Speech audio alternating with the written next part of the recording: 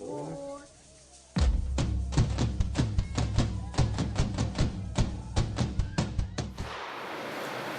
it going, everyone? Ross Bernhardt here at the CHARGED.fm studios here at Dumbo, Brooklyn for another in-studio session. And with me today from Philadelphia, Pennsylvania is WC Lindsay, and Will is the man of the hour. Will, thank you for being here today. Thank you so much for having me. It's good to be here. So you're from Philadelphia, the band is, but is that where you're from originally? I'm originally from Columbus, Ohio, born and raised, and I moved to Philly when I was 19 to go to school. Okay, and what's the music scene like in Columbus? What was your music upbringing like there? I grew up in like the sort of like the pop punk Warped Tour world. That wasn't always what I was listening to, but those were the shows that you could get into. You know, it's like those were the all ages shows that the venues were doing, like the house, like the basement garage shows and type stuff. So yeah, there's definitely a pop punk scene there that's present, and then the whole crabcore thing happened out of there. But I didn't have anything to do with that, I promise. But yeah, no, pop punk. So that was, if you wanted live music, that was kind of where you had to go. Yeah. If you were under 18 or under 21, that was basically the only option, aside from some like cafe open mics and stuff. But there was really no underage shows for any other genre. Okay. And then now you're in Philly, and that's Philly. The music scene there is incredible. I mean, there's so much there. I mean, what has the Philly music scene done for you in terms of influencing your sound or just opening your boundaries and genres? Yeah. The Philly scene is given myself and the band like a lot of opportunities. There's a great DIY scene in Philly right now. There's a huge scene in West Philly where the band lives. There's a great there's like a basement sort of punk emo movement happening there right now, and it doesn't exactly fit our style like in any way really, but like we're friends with a lot of the guys in the bands, and we play the shows. We play the basement shows. We did for years. We're not doing it so much anymore. We moved on to venues now, but like just the DIY scene there is just like totally blossoming. There's so much energy, so many touring bands that make Philly a must stop.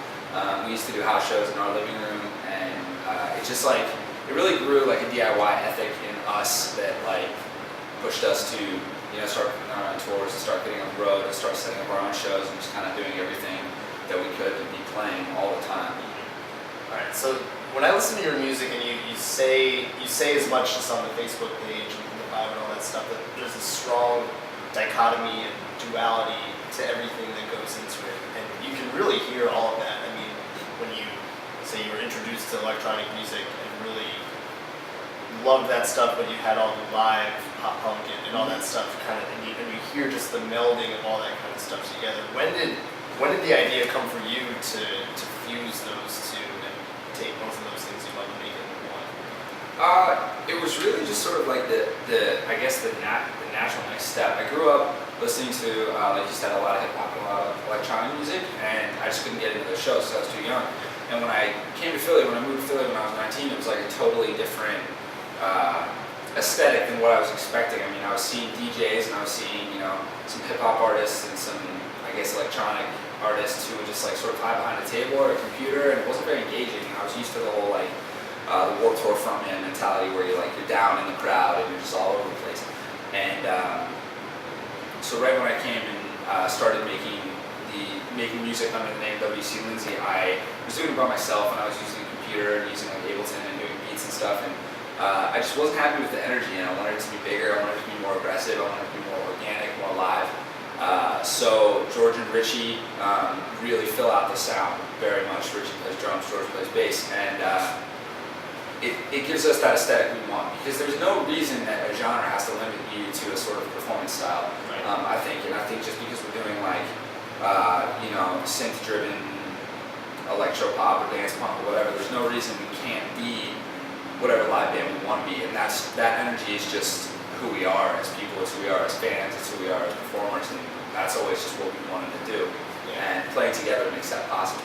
I mean, and you were starting to see a little more live instrumentation even on the EDM scene a little bit. I mean, Robert DeLong is one guy who's drumming like crazy during his sets. I know Grizz plays saxophone and he wants to try and incorporate more stuff into his. So there is even more experimentation going on in that sense. But I think it's really interesting what you guys do, just bringing just a whole punk feel to the whole thing. Yeah. And I mean, especially when you're writing, does the live format come into play or come into mind when you are putting together songs, Totally. or do you just write it and figure out how it's going to make sense live after the fact? No, it's more we write it and figure out how it's going to make sense live as far as instrumentation goes. Instrumentation comes last. We don't allow ourselves to be limited by what we can or cannot play. We'll figure it out somehow, or we'll shift the part to a different instrument. But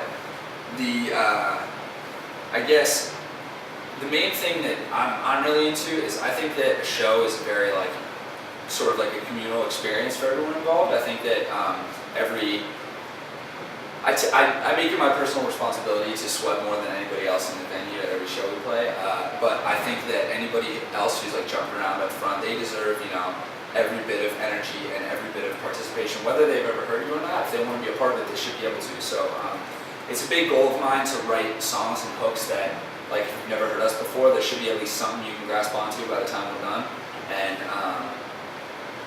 And yeah, I just want everybody to be a part of the sing-alongs. I want everybody to be a part of, something. There's nothing worse than being at a show where you feel like you're the only person who doesn't know the words, And I have no interest in ever being that person, so I don't want to make people feel that way at my own sets, No, for sure. And I mean, definitely just from listening to your stuff, there's certainly something for everybody there. I mean, whether it's a hook or whether it's a breakdown from something or just this gigantic anthem of a chorus or something like that, there's definitely things that people can catch on to.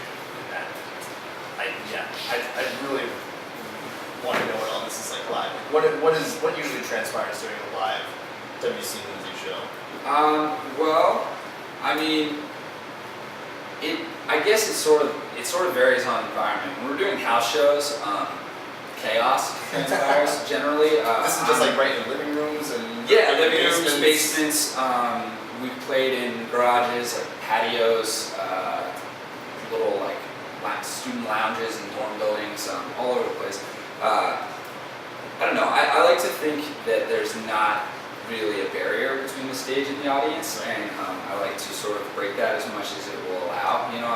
We don't pretend to be a hardcore band. I'm not going to run out and start a pit or anything, but I definitely like to get down in the crowd at least at one point per set. There's a lot of drums. We're a very percussive band. Like, a lot of the songs are very beat driven, so we have a bunch of toms on stage all the time. It's always very driving, like percussive force, and I'd say we get pretty noisy at times too. We can we've been with the new record, we've been incorporating a lot more guitars, and the guitar tone and the way that I sort of play is just sort of to make the sound bigger and kind of a lot of heavy distorted bass and just big crashes and energy, just as much energy as possible. We're trying to give people the most fun they can have in 25 minutes, I guess. That's always great too. It's not, bands aren't just playing to play or to get through the set, they're actually doing it with a purpose and to try and they can feed off the crowd as much as the crowd is feeding off of the performance too. So again, I want to get back a little bit to the duality thing. So it seems like that's almost just with the way music is trending, that artists are maybe trying a little too hard to maybe try to mix genres or mash things up, but for you it kind of seems like you have it organically. I mean, where do you think in the current sphere is sort of a limit to how far it can go, or is there a limit, just how far we can push just like the ever expanding region of just different sounds and things like that? Yeah, I think to a certain degree the room for variance and expansion is infinite. Understanding the preemptive notion that nothing is totally original anymore. So I don't know if that's if that's sort of a paradox, I guess. But I think that you can meld things in sort of infinite ways. You can mix things together. I think the issue that comes up is if it feels forced or not. Right. The thing that I really like about artists who successfully, I think the thing that is really apparent in artists who successfully, cross from genre to genre pretty seamlessly is if it's authentic, if it's genuine. for us, it's just the fact that we really like these kinds of music, and we really like. We're not a bunch of like electronic music kids who wanted to be more punk, so we started listening to, pop punk or like hardcore or anything. Like it's stuff that we've just enjoyed since we were kids, and we like all of it. And the varying influences come out through each member in the band. Like with George, there's a lot of like post-rock influences. He's a huge fan of he's a big Caspian fan. He brings a lot of that real dirty, heavy bass. Richie is from Long Island, and he's like a big Envy on the Coast guy, and he listens to a lot of that sort of stuff. And it just comes out, it comes out in the way that they both play, and it comes out in the way that we sort of create together. I think on a large scale, there's infinite potential for expansion as long as people are authentic. And I guess authenticity is getting harder and harder to come by. People seem to think that. I personally don't think so. I think if you know where to look, it's everywhere. Yeah. Don't look on the radio. That's the last place to look for it. Yeah. Sure. Yeah. And so fine. I guess all the festival lineups are coming out now. It seems January is the time to announce summer festival lineups. Yeah. And they're all huge. But if you had a dream festival or a dream kind of gig to play, what is your number one on your list? I do actually have a very specific personal goal with this. My summer before my freshman year of high school, my dad's really into music. He always has been, and he insisted that I go with him to Lollapalooza. Okay. And I had soccer tryouts, and I was like, no, I cannot miss conditioning before something. This is going to be really important to my life. This is the soccer team. And he talked me into it. I missed one day of conditioning, and I got cut from the team because of it. And at the time, I was really aggravated, but like it became kind of like a father-son thing. We went to Lollapalooza like 6 years in a row after that. Mm-hmm. And obviously, I'm obviously still playing a lot of soccer, so that was a big mistake. Yeah. But it's I would love to play Lollapalooza one day and be able to get my family backstage passes, just to kind of maybe even get one for the soccer coach who cut me. But MJ moment. Yeah. But I really I went to Lollapalooza like every year, like through high school and early college, and it was a huge influence on my entire life. Yeah. So that's a big goal for me. So I just had my first Lollapalooza experience last summer. It was my first one, and God, it kicked my ass. But it was incredible. Yeah. So that's definitely a great goal to have. And so finally, what's next for you in 2014? What do you have in terms of touring or new music in the works? We have a lot. We're super excited about 2014. It's going to be our biggest year yet. We have our debut album coming out early April. It's called Easy Victim Charitable Deceptions. It's coming out on Big Footprints Records, which is the new charity label of Modern Baseball member Brendan Lukens. Okay. And so what it is $1 from every physical release is going to a charity organization that will be sort of paired with the project. And we're so excited to have a full-length record out. The record shows a lot more of our sort of variation than our past releases does, and it'll allow us to really expand on that live. We've grown a lot as a band writing it, we've grown a lot as a band learning how to perform it, and we are just so stoked to bring those songs to everybody. And we're touring all through the spring and adding on dates as the summer comes closer, adding, and just seeking all new opportunities, and we're going to try and take this record as far as we can push it and give it to everybody. Awesome. And then touring on top, I guess, will come once the record's out. Yeah, right now we're gearing up to do end of March, beginning of April, coupled with the record release. And then just sort of as we release more singles, we debuted our first single, Kids These Days, on Alt Press a few weeks ago. Yeah. And then the second single should be coming in February. And as those come, different booking opportunities will emerge, but we're constantly seeking that and just planning the next 6 months, the next year very carefully, and trying to just maximize the chances we get to perform the record. That's all we're really looking to do.